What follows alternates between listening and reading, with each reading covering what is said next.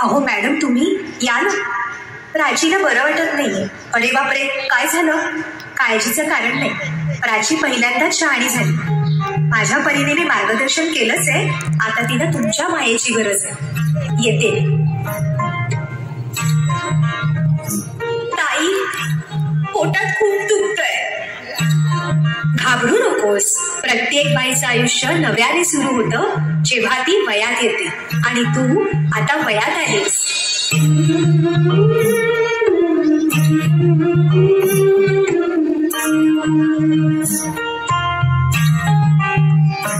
जन्म आईचा बाईचा खूप घाईचा, एक आईचा आईचा एक ताईचा.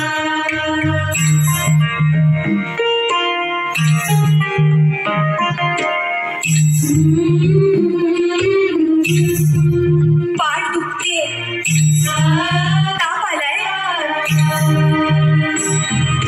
कायही सांगू कायही झाले, तुला सखरे नाहणे आले. मायही सांगे अर्थ मायेचा, जन्म बाईचा बाईचा खूप घाईचा. मुलगी एकदा नाही तर 3 वेळा जन्म घेते. एकदा आईच्या पोटातून, एकदा ती आई होते तेव्हा. पण तिसरी आणि महत्वाची वेळ म्हणजे ती आई होण्यास सक्षम होते तेव्हा. बाहुली होती खेळ खेळाया, साहरी मोठी मोहरी ताया. गंधवे सारा गंध जाईचा, जाणवे आता वेगळे काही, जाणवे आता वेगळे काही. रंगल्या साऱ्या या दिशा नाही, भास कोणाचा रोज रातीचा. हे एक सुंदर वरदान आहे जे फक्त स्त्रियांना मिळतं. आई बाबा, मी शाळेत पहिली आले. आई, कुठे आहेस तू? आज आपल्या प्राचीला पाहायला पाहुणे मंडळी येणार आहेत. जा, तयारीला लागा. अहो, पण किती लहान आहे ती. बाई माणसांना जेवढे सांगितलं जातं तेवढेच करावं. निघा. ऐकलंस ना बाबा काय म्हणाले? ती नाही जाणार तुम्हाला सोडून. समाजातल्या परंपरेला तुझी आई सुद्धा बदलू शकत नाही. सूर्या सूर्या मनामध्ये सूर हलके, नव्या जुन्या आठवणी भास पडके.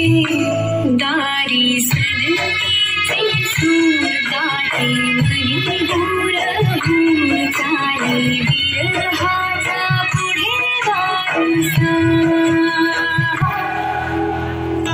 हळदीने सजली सासरची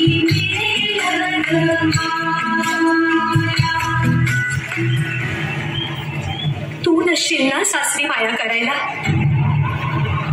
मुलगी म्हणून जन्माला येणं हाच आपला गुन्हा आहे. कसं सांगू, कसं शिकवू तुला?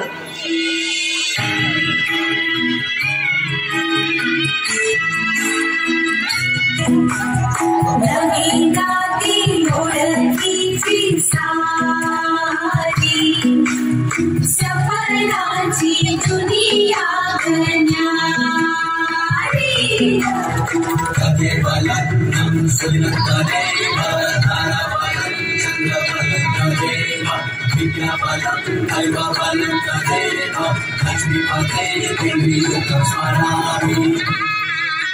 श्री बाबा म्हणाची